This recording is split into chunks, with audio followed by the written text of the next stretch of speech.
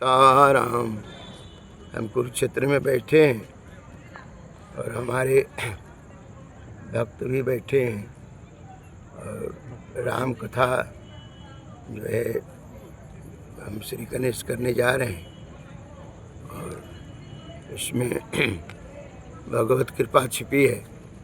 जैसी भगवान की कृपा वैसे बुद्धि देंगे, उसी प्रकार से हम भगवत चर्चा करेंगे। और इसी प्रकार हम हनुमान जी के वंदना करते हैं और चाहते हैं कि परमात्मा हमारी बुद्धि निर्मल दे और हम उस प्रकार जो है चिंतन करूं। श्रीमन नारायण।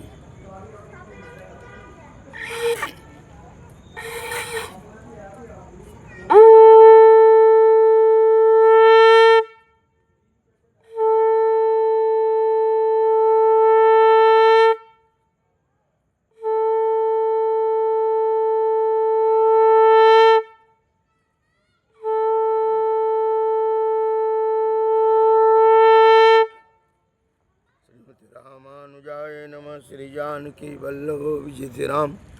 श्री गुरुचरण कमलेभ्यो नमः। श्रीमत् मारुत नंदनाय नमः। श्रीमत् परमाचार्य। तुम बना सकते हो तो बना सकते हो, क्या दिक्कत। श्रीमत् परमाचार्य परम विज्ञान शील सदगुरु वीरेंद्र कुमार भाग। श्रीमद् गोस्वामी तुलसीदासाय नमः। रामाय रामभद्राय रामचंद्राय वेदिसे रघुनाथाय नाथाय सीतापते नमः। मंगल भवने मंगलहारी द्रवंश दुसरद्रजिर्विहारी मंगल मूर्ति मारुत नंदन सकल मंगल मूल निकंदन। जो सुमिरत सिद्धि होई गणनायक करिवर वदन करऊँ अनुग्रह सोई बुद्धिराज सुगुण सदन। राजा राम राजा राम राजा राम जय राजा राम राजा राम राजा राम राजा राम जय राजा राम। ब्रह्म राम ते नाम बड़ बरदायक बरदानी। रामचरित सतकोटि लिए महेश जिए जान। सादर मंजन पान किए ते मिटहि पाप परिताप हिए ते। जो नाई ईश्वर भाई तो सत्संग करऊँ मन लाई। बाबा कहते हैं कि नाम और नामी भगवान के रूप है। तो भगवान के नाम जो है, ये जो ब्रह्म शरीर धारण करके आते हैं उससे उनका नाम जो है बड़ा है। क्योंकि नाम के जपने से रूप का अनुभव प्राणी को होना शुरू हो जाता है। लेकिन अगर रूप आ जाए नाम न जाने तो नहीं पहचाने कि ब्रह्म है। इसलिए गोस्वामी जी कहते हैं ये कौन जान गए, सब वर देने वाले कल्प वृक्ष है। जाना कौन? कहा भगवान भोलेनाथ जाने। रामचरित सतकोटि लिए महेश जिए जान। और एक इनकी और भी आध्यात्मिक अर्थ है। महेश का अर्थ होता है जो मंथन करे। मंथन करने के बाद जिनके अंदर जो है वो परमात्मा के साक्षात स्वरूप के जो है दर्शन हो जाए। और सादर जो आनंद से इनमें मंजन करते हैं उनके पाप ताप मिट जाते हैं। भगवान की कथा जो है रामचरितमानस, इसके बारे में कहते हैं कि अमृत की पूरा ये समुद्र पात्र है रामचरितमानस। इसलिए जिन्होंने इनको ग्रहण किया, सेवन किया, कहते जो नहाई यही सरो भाई सो सत्संग करऊँ मन लाई। जो स्नान करना चाहता है इसमें क्या करे? सत्संग करे। श्रीमान राम जय राम जय जय राम। और मन लगा के जो नहाई चाह यही सर भाई। रामचरितमानस के एक जो है अमृत के सागर कहते हैं। अमृत का एक तालाब, अमृत की जिनकी जितनी भाव है उतना। अब इनकी तो विस्तार के तो आदि अंत के ऊपर नीचे की तो गिनती है नहीं। तो इसलिए भगवान कहते हैं कि अगर रामचरितमानस को जानना है तो सत्संग करिए, बिना सत्संग के इनको नहीं प्राप्त किया जा सकता। और ये भोलेनाथ क्या किए, मंथन किए। और हम सब भी अगर बार बार शब्द के मंथन किए, कीर्तन करें, तो रामचरितमानस को जाना जाएगा। तेल चमेली चंदन सामुन चाहे लगावो सेन, जगत में कोई न परमाने, जगत में कोई न परमानेंट, जगत में कोई न परमानेंट, जगत में कोई न परमानेंट। आवागमन लगी दुनिया के जगत रेस्टोरेंट, अंत समय में उड़ जाएंगे, अंत समय में उड़ जाएंगे तेरे तंबू टेंट, जगत में कोई न परमानेंट, जगत में कोई न परमानेंट। हरिद्वार मथुरा काशी घूमो दिल्ली कैंट हो, हरिद्वार और मथुरा काशी घूमो दिल्ली कैंट। मन में राम मन में नाम प्रभु के राखो, धोती पहनो पैंट, जगत में कोई न परमानेंट, जगत में कोई न परमानेंट। राष्ट्रपति या जनरल कर्नल चाहे हो लेफ्टिनेंट, काल सभी को खा जाएगा, काल सभी को खा जाएगा।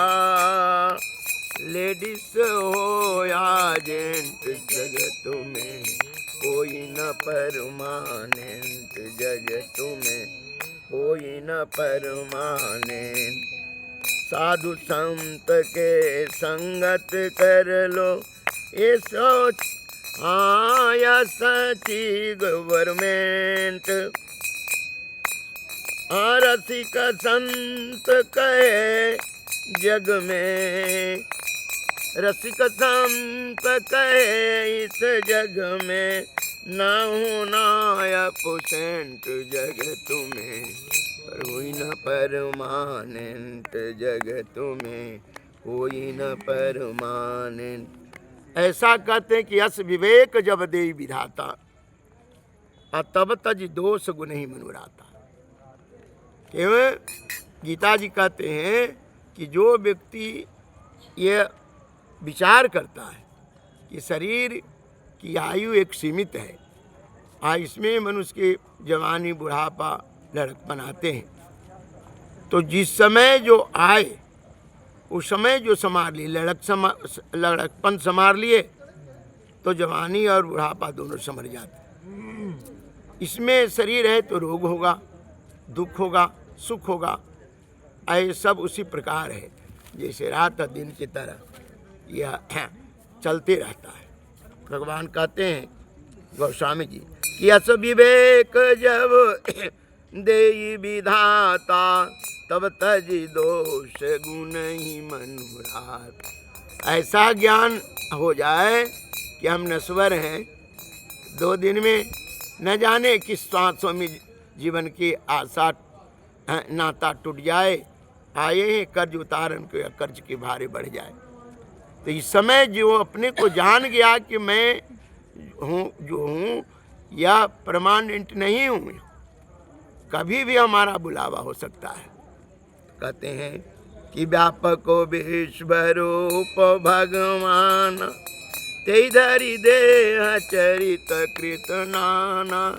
परमात्मा व्यापक है और भक्तों के लिए शरीर धारण करते हैं, धर्म स्थापना करने के लिए, असुरों को नाश करने के लिए। कहते हैं कि यदा यदा ही धर्मस्य ग्लानिर्भवति भारत अभयुत्थानम् तदात्मानं सृजामि परित्राणाय साधूनां विनाशाय। जब जब हो धर्म की हानि, बाढ़ ही असुर अधमवानी, तब तब प्रभु धरी मनुष्य शरीरा।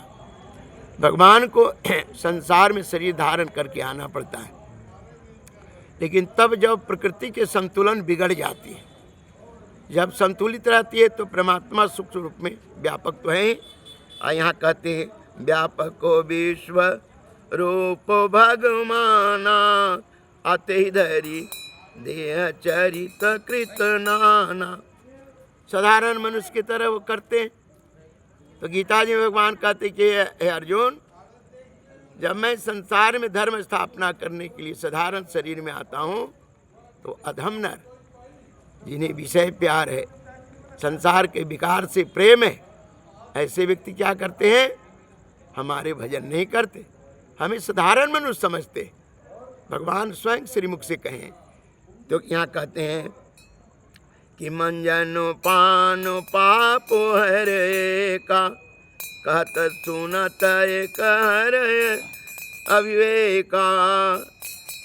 बुध बर नहीं हरि जस यस जानी कही पुनीत सुफल निज बानी।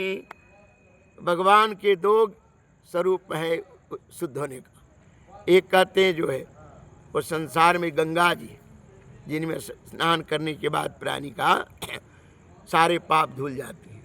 और एक सबही सुलभ सब दिन सब देशा सेवत सादर समन कलेशा मुद मंगल में संत समाजू जो जगम तीर्थ राजू। जहाँ राम भक्ति जहाँ सुरसरी धारा सरसे ब्रह्म विचार प्रचारा। भगवान की भक्ति रूपी गंगा बहती और जिसमें ब्रह्म रूपी तत्व हैं, जिनमें बुद्धि रूपी सरस्वती बहती हैं, और जहाँ वैराग रूपी जमुना। ये तीनों अलौकिक जो तत्व हैं ये सब जगह सुलभ है।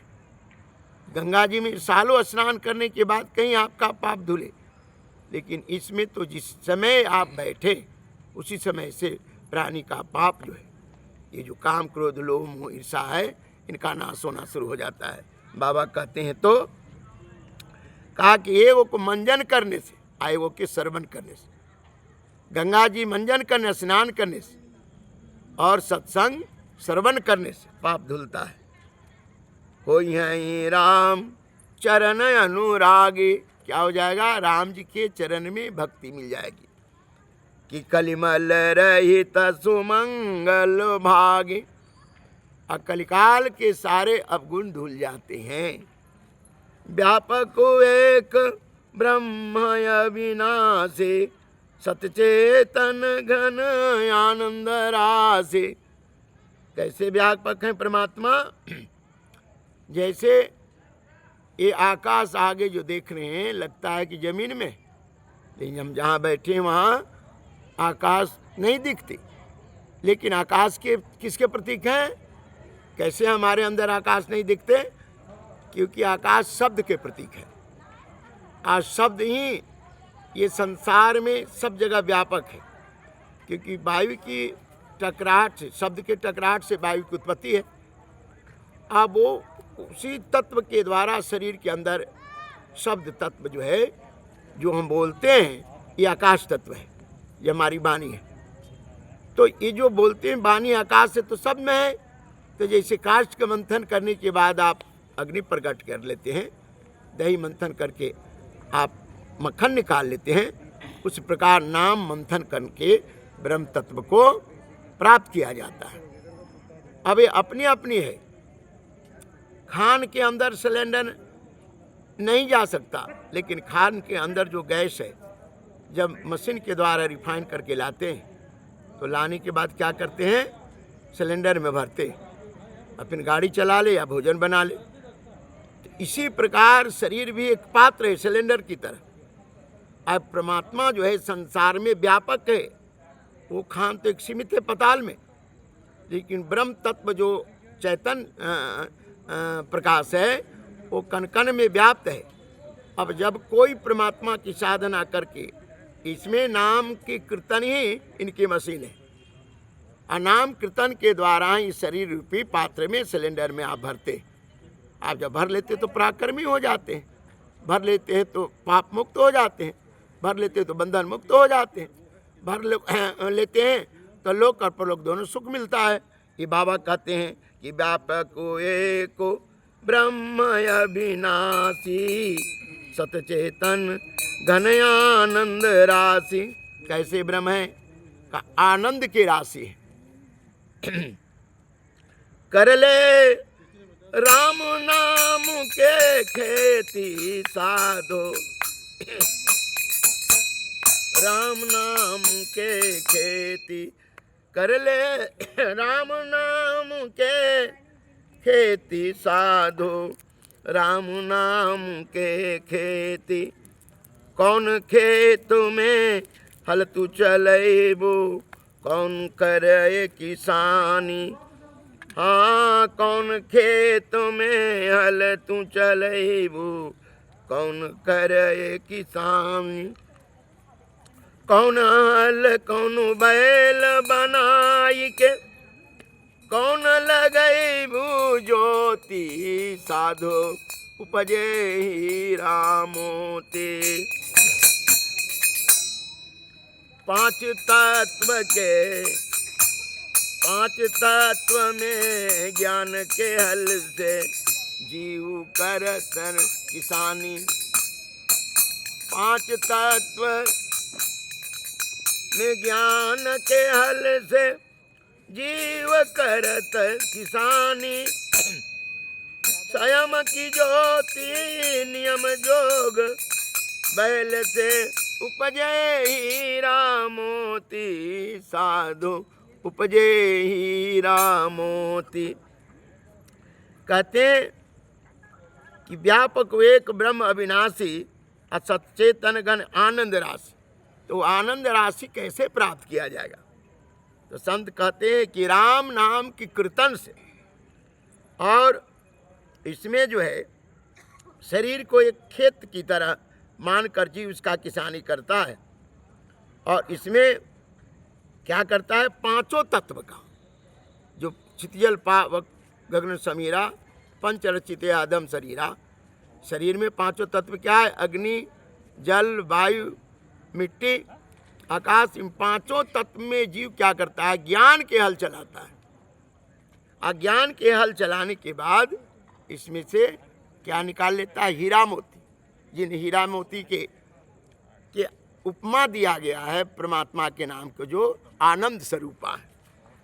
कहते हैं चहु दिस चहु तिन काल तिहु लोका। हाँ, चहु दिसु चहु जुग तिन काल तिन लोका। अभय नाम जपि जीव विशोका। कहते हैं सतयुग, द्वापर, त्रेता, कलयुग। और कहते हैं सतोगुण, तमोगुण, रजोगुण, तीन काल है। चाहे तामसी प्रवृत्ति में आदमी प्राणी रहे, या राजसी में रहे, या सात्विक रहे। आप विचार करके देखेंगे तो अपने अंदर जब झांकिए कि हम किस स्थिति में, कलयुग में है, द्वापर में, त्रेता में, सतयुग में है। हमारा विचार तमोगुणी है, रजोगुणी है कि सतोगुणी है, तो मन के अंदर जाके झांका जाएगा, तब देखा जाएगा। तो मनुष्य जब सतोगुण में रहता है ना, तो ये पूर्ण विकार मुक्त होता है। अपने अंदर देखिए, हम लोग ये पकड़ लिए हैं सतयुग आएगा, द्वापर आएगा, त्रेता आएगा, लेकिन इनको जब देखा जाए मंथन करने के बाद, यही मंथन कर रहे हैं, तो जिस समय पूर्ण रूप से शुद्ध हो तो सतयुग में, आज जिस समय में शुद्ध तो है लेकिन कुछ कर्म करता है तो त्रेता में, और जिस समय कुछ जो है संसार की वासना है, 4 आना 12 आना शुद्ध है, तब वो द्वापर में। अब जब कलयुग में है तो पूर्ण रूप से इसमें अवगुण ही अवगुण है। अब ये मनुष्य के अपने दर्पण के द्वारा देखा जाएगा। अब जो है 3 अवस्था में मनुष्य रहता है। जब मनुष्य के खान पान, रहन सहन, वाणी सब कटु हो जाए, भोजन भी एकदम निकृष्ट हो जाए तो समझे कि हम कलयुग में हैं। जिसकी इंद्रियां अपने बस में न रहे समझे कि हम कलयुग में हैं। आज जिस समय सुख के लिए प्रपंच करता है मोह लोभ, उस समय वो रजोगुण में। जिस समय खान पान वहाँ पर जो कहने में भूल गए, खान पान रहन सहन जितनी वस्तु है, क्रोध, ये जितने विकार उनमें है, ये तामस प्रवृत्ति के लक्षण है। आज जिस समय प्रपंच करे लोभ की प्रधानता, उस समय राजस प्रवृत्ति का। आज जिस समय प्राणी संसार में सतोगुण यानी सब प्रकार से मन वाणी रहन सहन सब प्रकार के संयम है, तो उस समय वो सतोगुण में। देखना कहाँ है? बाबा कहते हैं कि देने वाले ने तुझको सब कुछ दिया, पाने वाले न पाए तो वो का करे। तुम्हें वेद की सार बता ही दिया और समझ में न आए तो वो का करे। वो समझ में न आए तो वो का करे। तूने मानुष तन ही हीरा लिया, तूने मानुष तन ही हीरा लिया और कीमत न पाए तो वो का करे। और कीमत न पावे तो वो का करे। बाबा तो यहाँ तक कहते हैं कि भाई को भाई अनखयाल सो, नाम जप तो मंगल दिशि दसहूं। मिश्री का कोई कोना खाए मीठा लगेगा, नाम मन से ले या बिना मन से ले। अगर देखिए विचार करके तो जिस समय अजामिल भगवान के नारायण नाम लिया था, उस समय कौन भाव था उसके पास? तो अपनी बेटा को बुला रहा था। तभी भगवान के पार्षद आकर यमराज से छुड़ा दिया। आध्यात्म से देखेंगे ना तो यमराज का अर्थ होता है काल दंड गई काहुन मारा, हरई धर्म बल बुद्धि विचारा। यमराज जो है ना क्या करते हैं? वो यमराज कैसे आते हैं? तो 4 प्रकार के लक्षण इनके जो है दिखाई देते हैं। धर्म को हरण करना, पिता के धर्म क्या है, पत्नी के धर्म क्या है, बाप के धर्म क्या है, गुरु के धर्म क्या है, इन धर्म पर न चलना काल के सामने हो। हरई धर्म बल, बल क्या कर देते हैं? बल कर दुरुपयोग करना शुरू कर दे, इसके द्वारा प्राणी मात्र को दुख देते हैं, तो काल के सामने है वो। हरई बल बुद्धि, इनकी बुद्धि प्रपंच में लग जाते हैं, तो काल के सामने विचारहीन हो जाता है किसके साथ कैसा व्यवहार करना चाहिए। तो कौन है? काल के सामने। यमराज का शरीर नहीं है, यमराज तो मनुष्य के वर्तमान क्रिया के अनुसार उसे पकड़ लेते हैं। तो यहाँ बाबा कहते हैं कि भाई को भाई अनखयाल सो, नाम जप तो मंगल दिशि दसहूं। दसों दिशा में मन से भजन करें या बिना मन से, मंगल ही मंगल है। जागो बलिक जो कथा सुहाई, भरद्वाज मुनि बर ही सुनाई। अब कहते कि वही कथा मैं आपको सुना रहा हूँ जो जाग बलिक जी महाराज कथा सुनाए थे भरद्वाज जी के। प्रयागराज जी में हर साल माघ के महीना में लोग जाते हैं और 1 महीना कल्पवास करते हैं, और वहाँ रहकर लक्ष्य तो ये है कि वहाँ रहकर 1 महीना गंगा जी में स्नान करें त्रिवेणी में, और आ करके जाकर कहीं कोई संत भगवान या कोई सत्संग में जा कर के बैठें। ये 2 ही काम के लिए भजन करें। लेकिन भाव बिगड़ गए। क्या भाव बिगड़ गए? क्यों? इन दोनों को प्रश्न करना पड़ा याज्ञवल्क्य जी भरद्वाज जी की। देखिए कि सब लोग तो गांव-गांव से आए मोटरी बांध के यहाँ भजन करने, लेकिन यह लोग अब न कथा सुनते न भजन करते न स्नान करते। कल पर स्नान कर लेते हैं, आज दिन भर चरखा और तमाशा देखने के फिर में लगे रहते। अब वहाँ से भाव से तो आए थे कि चलो बेटा पुतो के बात सुनने से थोड़ा दिन बचे। तो इस कारण जितने लोग थे इन सब की जो प्रवृत्ति बदल गई। माघ में जा करके गंगा सेवन का, तब भरद्वाज जी महाराज किसको? याज्ञवल्क्य जी को, यानी तत्वदर्शी महात्मा को पकड़े।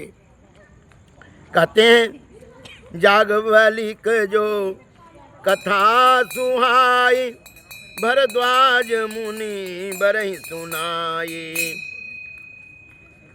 समन पाप संताप शोक के, प्रिय पालक परलोक लोक के। कथा क्या करेंगे?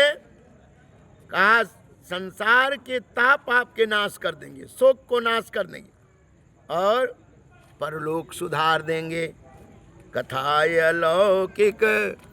अब कथा हम समझते हैं कि लौकिक है, व्यक्ति के पात्र बनाया गया है अलौकिक के जानने के लिए। नारायण, अलौकिक को जानने के लिए, क्योंकि हम संसार में आँख से देख रहे हैं, कान से सुन रहे हैं, व्यवहार कर रहे हैं, तो इसी के द्वारा अलौकिक जनाने के लिए गोस्वामी जी कहते, भैया देखो ये कहा कि कथा अलौकिक सुनहि जे ज्ञानी, अनहि आचर्य करहि अस जानी। जो ज्ञानी कथा अलौकिक सुनते हैं वो आचर्य नहीं करते, क्योंकि ज्ञान की प्राप्ति है अनन्य भक्ति के बाद। भक्ति जो है ज्ञान की जननी है। अब ज्ञान के प्राप्त होने के बाद मनुष्य के अंदर जो है आत्मज्ञान की प्रकाश से जितना विकार उसका नाश हो जाता है। तभी अलौकिक, जब तक आत्मज्ञान न हो तब तक अलौकिक अर्थ इनका नहीं समझा जाएगा। और जब तक अलौकिक अर्थ इनका न समझा जाए तब तक वह आप में अपने अंदर को दर्शन नहीं करता। अलौकिक के बाद ही अपने में दर्शन करता है कोई। हम दूसरे में दोष देखने में व्यस्त है, लेकिन दूसरा का दोष, दूसरा का जो क्रिया है वो तो हमारे गुरु हैं। हम उनको अगर विचार से सोचे तो हम अपने अंदर जाएं। बाबा कहते हैं कि समन पाप संताप शोक के, अप्रिय पालक परलोक लोक के। कथा अलौकिक सुनहि जे ज्ञानी, नहीं आचर्य करहि अस जानी। रामचरित मानस एहि नामा, सुनत श्रवण पाई अविश्रामा।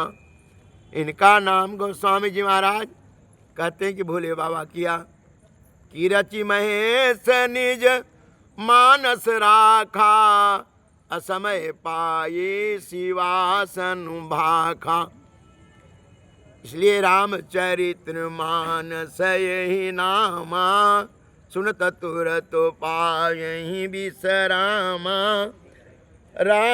सुनत श्रवण पाई विश्रामा, सुनत श्रवण पाई विश्रामा। ये कथा भोले बाबा मैया भवानी को सुनाए और 3-4 जगह सुनाए।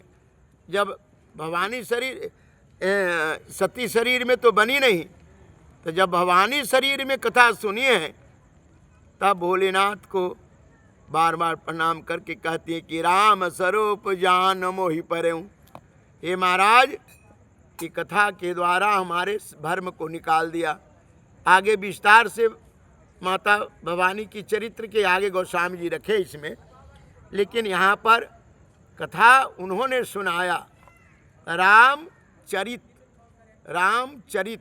राम रूपी जो रा प्रकाश को कहते अग्नि योग के शांति समाधि को, तो जिस तत्व के बोध करने के बाद, राम बोध करने के बाद यही तत्व बोध आए। जब कीर्तन हम करते हैं तो ये तीनों क्या प्रकाश, जो आध्यात्मिक प्रकाश है सो ये विकसित हो जाता है, और योग विकसित हो गए, उनके अंदर समाधि विकसित हो गए। अब ऐसे समझे कि जैसे कोई बात बजा रहा है और ढोलक या तबला या हारमोनियम बजाता है, और जब तक उन्हें वो पूर्ण रूप से सीख न लें तब उसके जो ताल है वो अटपटे सा लगेंगे। अब जब सीख लेते हैं तो सरगम उनसे निकलना शुरू हो गया, उनकी माधुर अमृत पर टपकना। इसी प्रकार नाम है, जब नाम एक सीमा तक आप स्मरण करेंगे तो जो प्रकाश तत्व है, योग तत्व है, समाधि तत्व है, वो आपके शरीर में फैल जाता है। कीर्तन करना जो है ये क्या है? शरीर में परमात्मा के कृति को प्रवेश कराना। जैसे जल में चीनी को घोरने के बाद लिए आप क्रिया करते हैं, जब तक घुल न जाए तब तक आप जल को चलाते रहते हैं। उसी प्रकार ये शरीर में ब्रह्म तत्व, आनंद तत्व जब तक घुल मिल न जाए तब तक जीव क्या करता है? इसकी क्रिया करता है। क्योंकि क्रिया करने के बाद तो फिर भजन नारायण ही करते, क्योंकि यही जाने यही देव जनाई, जानत तुम्हें तुम्हें हो जाए। जब हम जान जाते हैं जल और चीनी का एकागार हो जाने के बाद तीसरा चीज बन गई शरबत, मिठास। इसी प्रकार कीर्तन के बाद कीर्तन का जो प्रकाश है नाम का, जब प्रकाशित हो गए तो आनंद मूर्ति बन जाते हैं। आनंद की खुशबू बाहर छिटकना शुरू हो जाता है। बाबा कहते हैं कि भरद्वाज मुनि बसहि प्रयागा, अति नहीं राम पदयति अनुरागा। भरद्वाज महाराज प्रयागराज में बसते हैं और इनके अंदर भगवान के भक्ति की अनुरागी भक्ति, एक भक्ति है कि नियम से किए ना, जो भगवान के अनुरागी भक्ति होते हैं ना, तो एक संत कह रहे थे कि ये तो प्रेम की बात है उधो, ये तो प्रेम की बात है उधो, बंदगी तेरी बस के नहीं है, तो प्रेम की बात है उधो, बंदगी तेरी बस के नहीं है। यहाँ दम दम में होती है पूजा, यहाँ दम दम में होती है पूजा, यहाँ दम दम में होती है पूजा, सर झुकाने के फुर्सत नहीं है, यहाँ दम दम में होती। तो बाबा कहते हैं कि हमारे भरद्वाज महाराज के अनुरागी भक्त थे। अनुरागी व्यक्ति के समय पता नहीं लगता कि कब बैठे, कब तक बैठे। आज जो रागी व्यक्ति हैं, जो दिखा देखी अभ्यास करें, वो तो समय दिखते रहते हैं। और उनका जो समय है तो समाधिस्थ हो जाता है ना, जब इंद्रियां शिथिल पड़ती है तब वह ध्यान से निकलते हैं। बाबा कहते हैं वही माघ के महीना में कि माघ मकर गद रवि जब होई, अतीरथ पति आव सब कोई। उस माघ के महीना में यहाँ तक कि देवता, पितर, भूत, प्रेत, राक्षस सब के सब आते। किसको उधार नहीं होना है। आज जैसे हम कुरुक्षेत्र में बैठे हैं, यहाँ जितने सब आते हैं पितर को यहाँ बैठाने, सूक्ष्म रूप से यहाँ वायुमंडल में वो विचरण करते रहते। और यहाँ आने के बाद अगर कोई भगवत कथा करता है तो बड़े वो आनंद से सुनते हैं, क्योंकि जानते हैं कि इस कथा के द्वारा हमारी मुक्ति हो जाएगी। आप कहें मैं सूक्ष्म रूप से कैसे हैं? क्योंकि जब हम शरीर छोड़ते हैं ना, तो हमारे जो संकल्प है इसको पकड़ नहीं सकेंगे, सूक्ष्म है।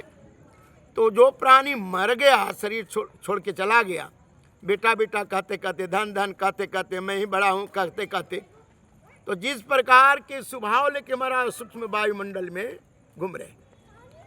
ये जो कथा है, ये शब्द है, प्रकाशित शब्द है, तो उसके जो वासना है उसको भेदन करता है।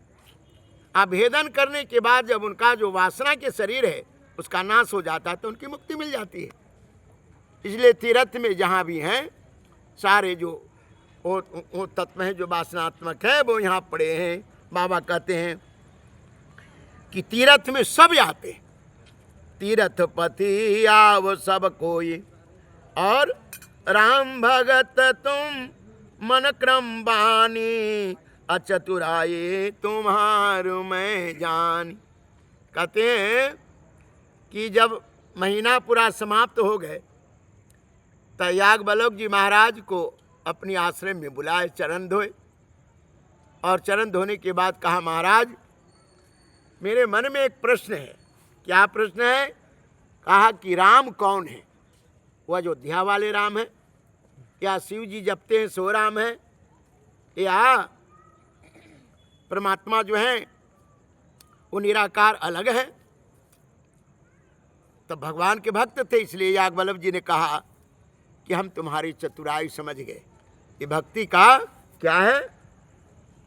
भक्ति की एक लाइन है, भक्ति की एक पद है, भक्ति की एक गरिमा है, भक्ति की एक संकेत है। दूसरा भक्ति ममा कथा प्रसंगा। संत के पास जाने के बाद कथा ही सुनना चाहिए। और कथा क्या करते? कहते हैं प्रकृति को, ब्रह्मा के रचा हुआ। और था यानी प्रकृति के जो तत्व है उसको था लगा लेना, जान लेना। क्योंकि उल्टा नाम जपे जग जाना, वाल्मीकि भय ब्रह्म समाना। उल्टा नाम जब जाप किया वाल्मीकि जी, तो ब्रह्म के समान हो गए। जब हम प्रकृति को जान लेते हैं ना, संसार को, तो फिर आपको कुछ जानना नहीं रहते। जैसे अग्नि को आपने जान लिया तो हाथ कभी नहीं डालेंगे।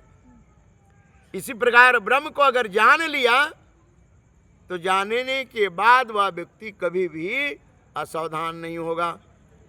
प्रारब्ध भले कर दे विधि बस सजन, कुसंगति पर ही अफनी मनि समनि जगुन अनुसरही।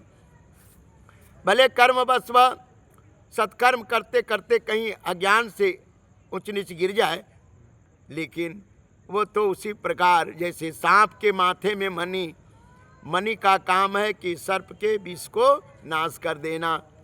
तो सत्कर्म करते रहने वाले के अंदर का जो अज्ञान का स्वभाव है उसका नाश हो जाता है।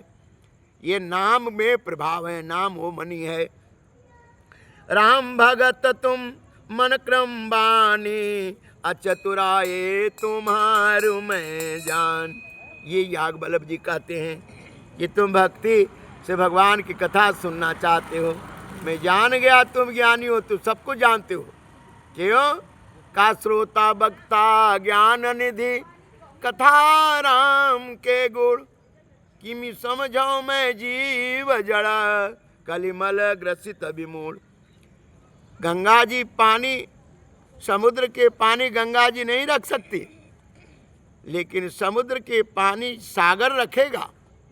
तो श्रोता वक्ता ज्ञान निधि, एक तरह के श्रोता वक्ता होते हैं, दोनों के स्वभाव एक है। जैसा श्रोता वैसा वक्ता, तभी इन अमृत पान कर पाते हैं। नहीं तो अगर श्रोता या वक्ता कोई छिछलापन है तो न तो उतना उनके भर पाएंगे, और अगर श्रोता छिछलापन है तो उनका भर जाएगा, तो उनका मन नहीं लगेगा।